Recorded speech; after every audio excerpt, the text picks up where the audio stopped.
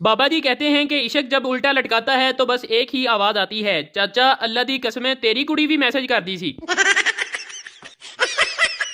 दोस्त ने कहा था घर पर गुस्सा किया करो, घर वाले तुम्हारी शादी करा देंगे। मैंने गुस्सा किया तो घर वालों ने घर से निकाल दिया। अब 3 दिन से मस्जिद में बैठा हूँ। शोहर, जब मैं तुम पर गुस्सा करता हूँ तो तुम अपना गुस्सा किस तरह कंट्रोल करती हो? बीवी, टॉयलेट साफ करके। खामन हंसते हुए बोला, बेवकूफ औरत, वो कैसे? बीवी, क्योंकि मैं टॉयलेट आपके टूथब्रश से साफ करती हूँ। डाकू बस में बैठे मुसाफिरों को लूट रहे थे। बस में एक पठान भी बैठा था। डाकू ने पठान से कहा, तुम्हारे पास जो कुछ भी है निकाल दो। पठान डाकू के पैरों में पड़ गया और बोला, भाईजान आहिस्ता बोलो, मेरे कोलते टिकट भी कोई नहीं है। एक पठान अफगानिस्तान से पंजाबी सीखने लाहौर आया। 5 साल बाद जब पठान वापस अफगानिस्तान जाने लगा तो पठान के दोस्तों ने पूछा, तुमने 5 सालों में क्या सीखा? पठान बोला, ओ बत्ती आ गई है, ओ बत्ती चली गई है, ओ बत्ती आने वाली है, ओ बत्ती जान वाली है। ग्रामर के टीचर ने पठान शागिर्द से पूछा, तुम नाच रहे हो? वो नाच रहे हैं, हम सब नाच रहे हैं, बताओ ये कौन सा जमाना है? पठान बोला, सर ये बेगैरती का जमाना है।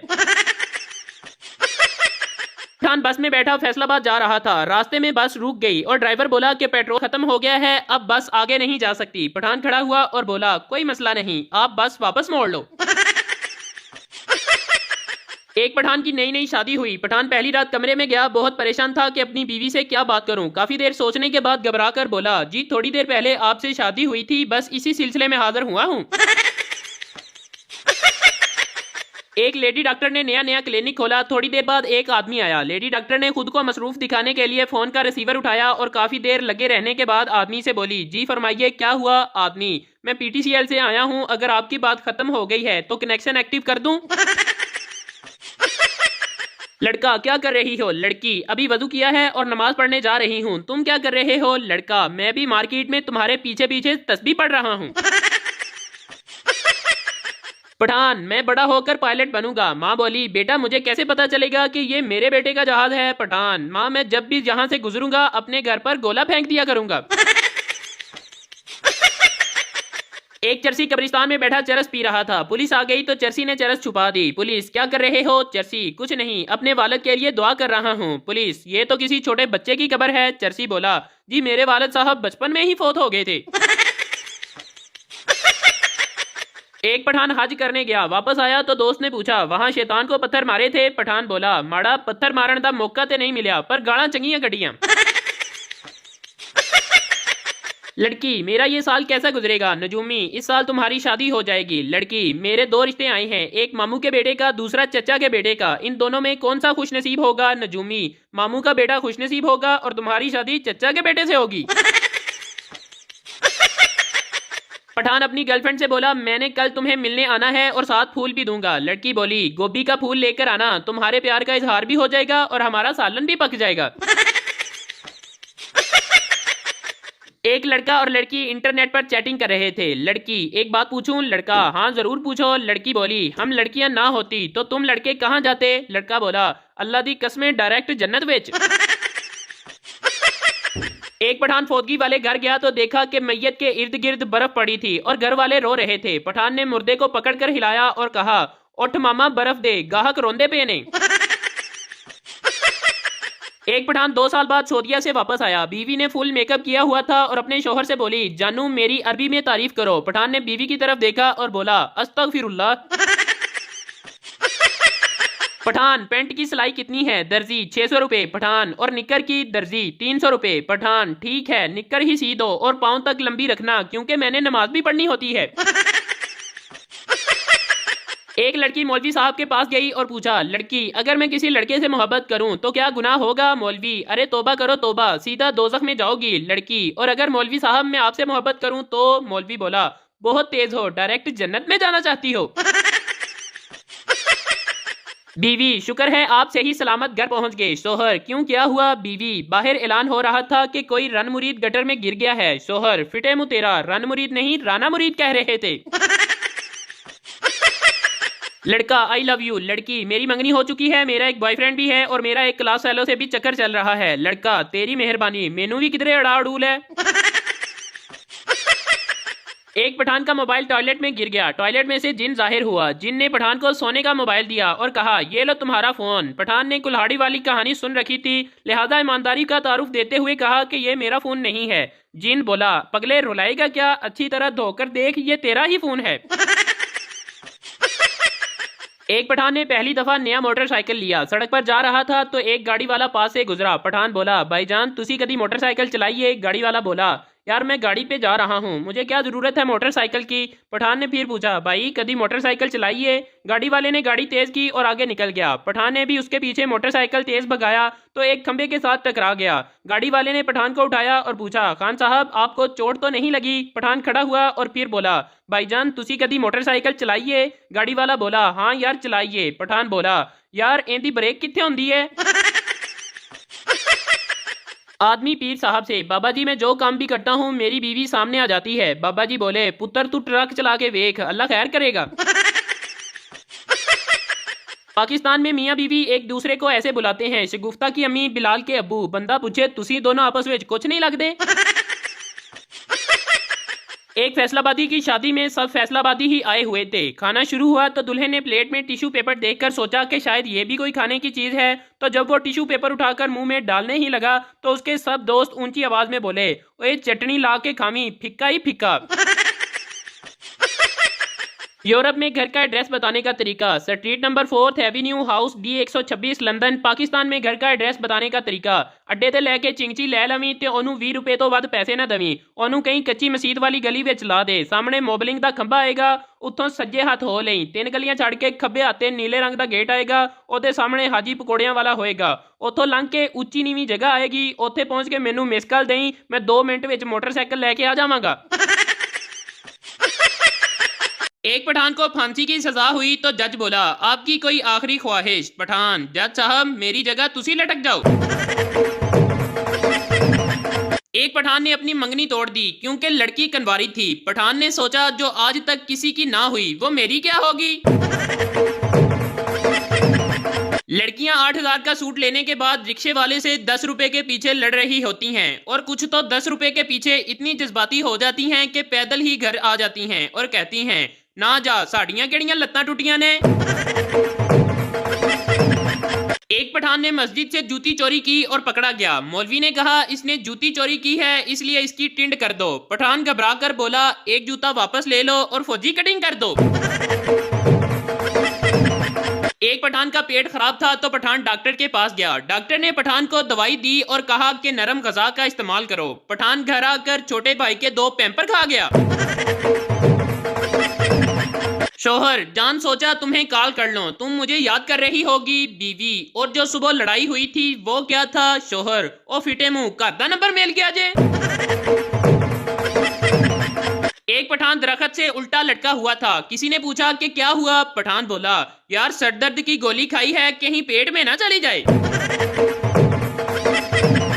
कैफे में पप्पू ने एक लड़की को आई लव यू कहा। लड़की ने थप्पड़ मारा और बोली, क्या कहा तुमने। पप्पू ने वापस लड़की को थप्पड़ मारा और बोला, अन्नी दिए जदों सुनिया ही नहीं ते चंड क्यों मारी।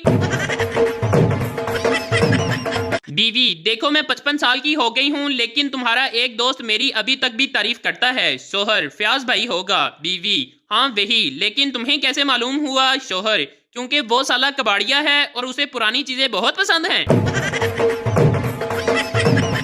पुलिस वाला, डबल सवारी पर पाबंदी है और तुम 4 बैठकर जा रहे हो। पठान ने परेशानी के आलम में पीछे देखा और बोला, हाय 4, ओए बगैर तो 5वां किथे सुट आए हो, उन्हें तो सानू रोटी खवानी सी।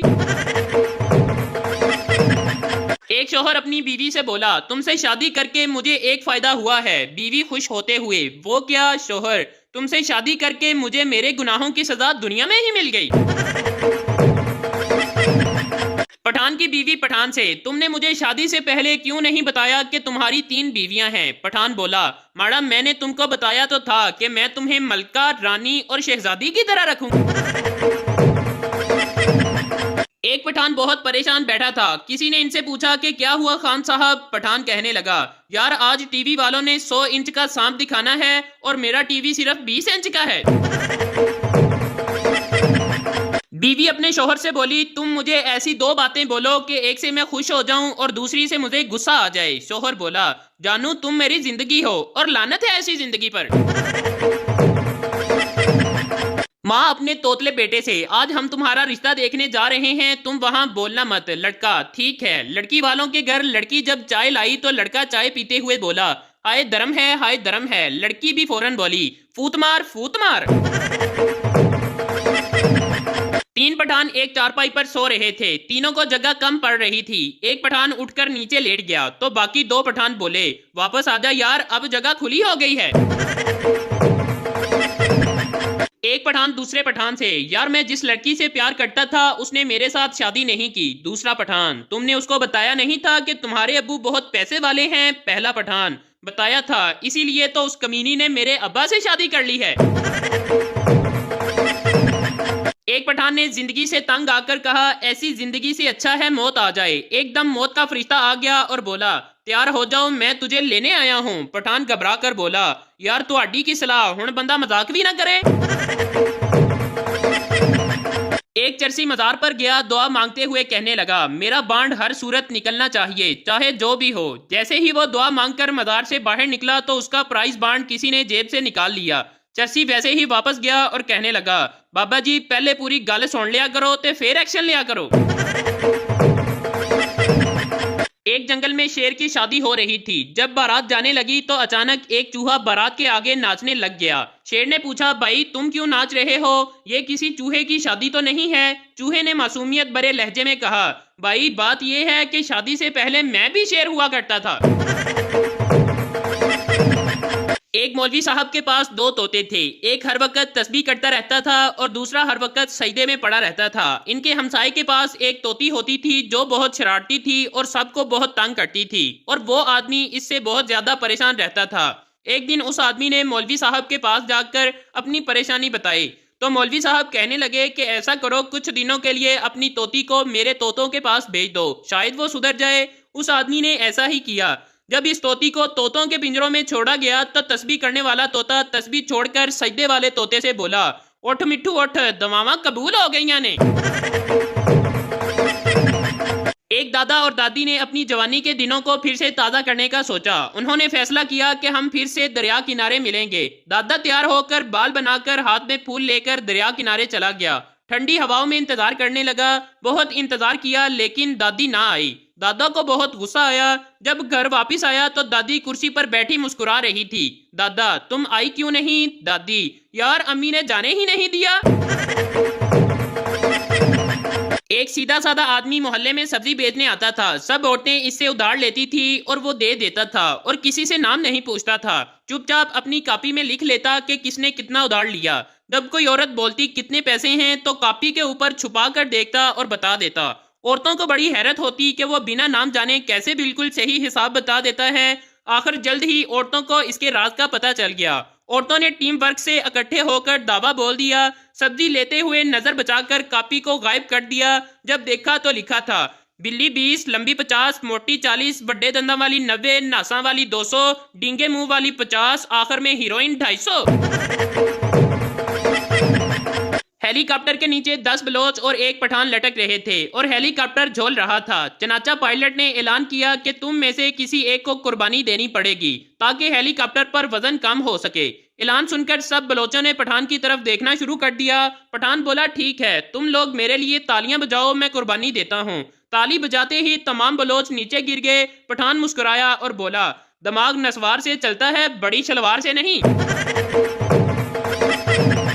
एक आंटी थी, उसकी एक बेटी थी। वो इसकी बहुत केयर करती थी, बाल संवारती थी, पोनियां बांधती थी ताकि बच्ची अच्छी दिखे, पर बच्ची की आंखें हमेशा बाहर रहती थी। आंटी ने बहुत से डॉक्टर्स को दिखाया लेकिन वो सही नहीं हुई। फिर एक बाबा जी को दिखाया तो वो 1 मिनट में सही हो गई। आंटी बहुत खुश भी हुई और हैरान भी। फिर आंटी ने बाबा जी से पूछा, आपने ऐसा किया कि वो एकदम से सही हो गई? बाबा जी ने कहा, मैंने तो बस इस बेचारी की पोनियां ढीली की हैं। एक बहरो पीर किसी मजार पर एक बारिश बुजुर्ग के रूप में जन्नत की टिकटें बेच रहा था। 100 रुपए में लोग इसकी बारिश दाढ़ी से और हुलिये से मुतासर होकर जोग दर जोग जन्नत की टिकटें खरीद रहे थे। दूर से एक पुलिस वाले को आते हुए देखकर बहरोपिया ने लोगों से कहा, बस जो खुश नसीब थे वो ले गए जो कुछ भी फकीर के पास था। फकीर फिर लुटा गया।